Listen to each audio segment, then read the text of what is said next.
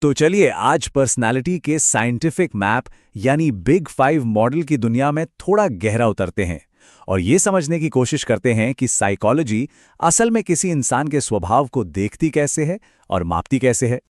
चलिए सबसे पहले एक बहुत ही जरूरी फर्क समझते हैं। देखिए एमबीटीआई जैसे जो मॉडल होते हैं ना, वो पूछते हैं कि क्या कोई इंट्रोवर्ट है या एक्सट्रोवर्ट, मतलब ये या वो। लेकिन बिग फाइव का नजरिया बिल्कुल अलग है। वो पूछता है कि कोई कितना एक्सट्रोवर्ट है। ये एक बुनियादी बदलाव है सोचने के तरीके में। और पता है, यही आज की हमारी पूरी बातचीत का निचोड़ है। साइंस साफ कहता है कि पर्सनैलिटी किसी को एक बने बनाए डिब्बे में फिट करने का नाम है ही नहीं। आज की मॉडर्न साइकोलॉजी पर्सनैलिटी को कुछ फिक्स्ड लेबल की तरह नहीं देखती, बल्कि इसे कई स्पेक्ट्रम्स की एक सीरीज मानती है, जहां हर कोई एक अलग पॉइंट पे खड़ा है। इसे एक सीधी लाइन की तरह समझिए, किसी ऑन ऑफ स्विच की तरह नहीं। तो चलिए अब आते हैं बिग फाइव मॉडल पर। देखिए, ये कोई पॉप साइकोलॉजी वाला टेस्ट नहीं है। ये साइंटिफिक कम्युनिटी में सबसे ज्यादा माना जाने वाला और दशकों की रिसर्च पर आधारित एक फ्रेमवर्क है। अच्छा, ये मॉडल इतना भरोसेमंद क्यों है?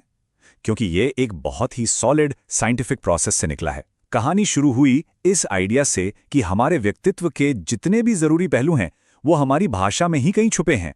फिर पावरफुल स्टैटिस्टिकल तरीकों का इस्तेमाल करके रिसर्चर्स ने हजारों शब्दों का एनालिसिस किया और उन्हें 5 मेन ग्रुप्स में बांट दिया। और कमाल की बात यह है कि दुनिया भर की अलग अलग कल्चर्स पर हुई रिसर्च ने बार बार इन्हीं 5 डायमेंशंस की पुष्टि की है।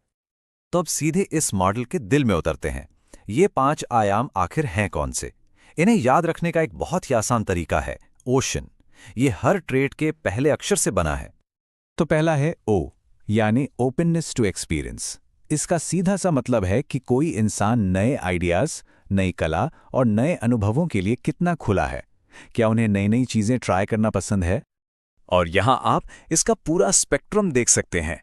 जिन लोगों में ओपननेस ज्यादा होती है, वो अक्सर बहुत क्रिएटिव और जिज्ञासु होते हैं।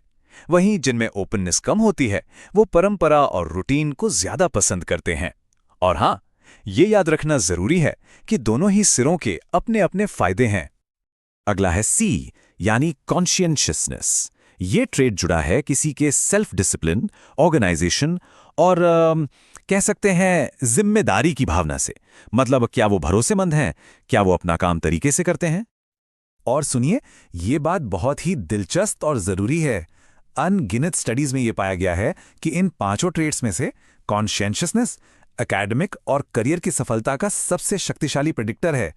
ये सिर्फ स्मार्ट होने की बात नहीं है, बल्कि डिसिप्लिन और मेहनत से काम पूरा करने की है। जिन लोगों में कॉन्शियसनेस ज्यादा होता है, वो बेहतरीन प्लानर होते हैं और लंबे समय के फायदों के लिए आज मेहनत करने को तैयार रहते हैं। दूसरी तरफ जिन लोगों में ये कम होता है, वो ज्यादा स्पॉन्टेनियस और कभी-कभी थोड़े बिखरे हुए हो सकते हैं, लेकिन उनमें फ्लेक्सिबिलिटी भी कमाल की होती है। अब आते हैं ई, यानी एक्सट्रोवर्जन पर। शायद ये सबसे जाना पहचाना ट्रेट है। इसका असली मतलब ये नहीं है कि कोई कितना बोलता है, बल्कि ये है कि किसी को अपनी एनर्जी मिलती कहां से है, बाहरी दुनिया और लोगों से, या फिर अकेले शांत बैठकर। हाई एक्सट्रोवर्जन वाले लोग सामाजिक और ऊर्जा से भरे होते हैं। उन्हें लोगों के बीच रहकर चार्ज मिलता है। वहीं लो एक्सट्रोवर्जन, जिसे हम सब इंट्रोवर्जन के नाम से जानते हैं, वो लोग ज्यादा शांत और गहरे सोचने वाले होते हैं और अकेले में या शांत माहौल में रहकर अपनी एनर्जी रीगेन करते हैं। ये अच्छा या बुरा नहीं है, बस दिमाग की वायरिंग का फर्क है। ओशन में अगला अक्षर है ए, यानी अग्रीएबलनेस। ये ट्रेट इस बात को मापता है कि कोई इंसान दूसरों के साथ कितना कोऑपरेटिव, कितना हमदर्द और भरोसेमंद है। वो सोशल हार्मनी यानी सामाजिक सद्भाव को कितनी अहमियत देते हैं। जो लोग हाई अग्रीएबल होते हैं, वो बहुत सहयोगी और दयालु होते हैं, जो उन्हें टीम के लिए बेहतरीन बनाता है।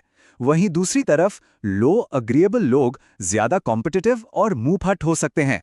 वे अक्सर मुश्किल बातचीत और मोल भाव में बहुत अच्छा करते हैं। और आखिर में आता है एन, यानी न्यूरोटिसिज्म। अब ये शब्द थोड़ा भारी लग सकता है, पर इसका मतलब है नेगेटिव इमोशंस, जैसे टेंशन, गुस्सा या उदासी को महसूस करने की टेंडेंसी। इसे समझने का सबसे अच्छा तरीका है इसे इमोशनल स्टेबिलिटी का एक पैमाना मानना। जिनका न्यूरोटिसिज्म स्कोर हाई होता है, वो इमोशनली ज्यादा सेंसिटिव होते हैं और तनाव पर जल्दी रिएक्ट करते हैं। दूसरी तरफ लो न्यूरोटिसिज्म वाले लोग, मतलब जिनकी इमोशनल स्टेबिलिटी ज़्यादा होती है, वो मुश्किल हालात में भी ज़्यादातर शांत रहते हैं और स्ट्रेस को बेहतर ढंग से हैंडल कर पाते हैं। तो ठीक है, ये तो हो गई सारी थ्योरी, लेकिन इस साइंटिफिक मैप का हमारी असल ज़िंदगी में क्या काम है? चलिए अब ये देखते हैं कि ये हमारे लिए एक प्रैक्टिकल टूल कैसे बन सकता है। तो सबसे बड़ा सवाल जो सबके मन में आता है, क्या हमारी पर्सनैलिटी पत्थर की लकीर है? क्या हम कभी बदल ही नहीं सकते? और इसका जवाब है, पर्सनैलिटी स्थिर होती है पर पत्थर की लकीर नहीं होती। इसका मतलब यह है कि हमारी जो बेसिक आदतें या प्रवृत्तियां हैं वो काफी हद तक वैसी ही रहती हैं, लेकिन इसका ये मतलब बिल्कुल नहीं है कि हम अपने व्यवहार को नहीं बदल सकते। जानबूझकर की गई कोशिशों और जिंदगी की बड़ी घटनाओं से हमारे ट्रेड्स में धीरे धीरे बदलाव आ सकता है। तो फिर खुद को बेहतर बनाने का रास्ता क्या है? देखिए, पहला कदम है अवेयरनेस, मतलब इस बिग 5 मैप पर खुद को समझना कि हमारी नेचुरल टेंडेंसीज क्या हैं। और दूसरा कदम है स्किल बिल्डिंग। जैसे अगर किसी का न्यूरोटिसिज्म हाई है तो वो स्ट्रेस मैनेज करने की और इमोशंस को रेगुलेट करने की स्किल्स सीख सकते हैं।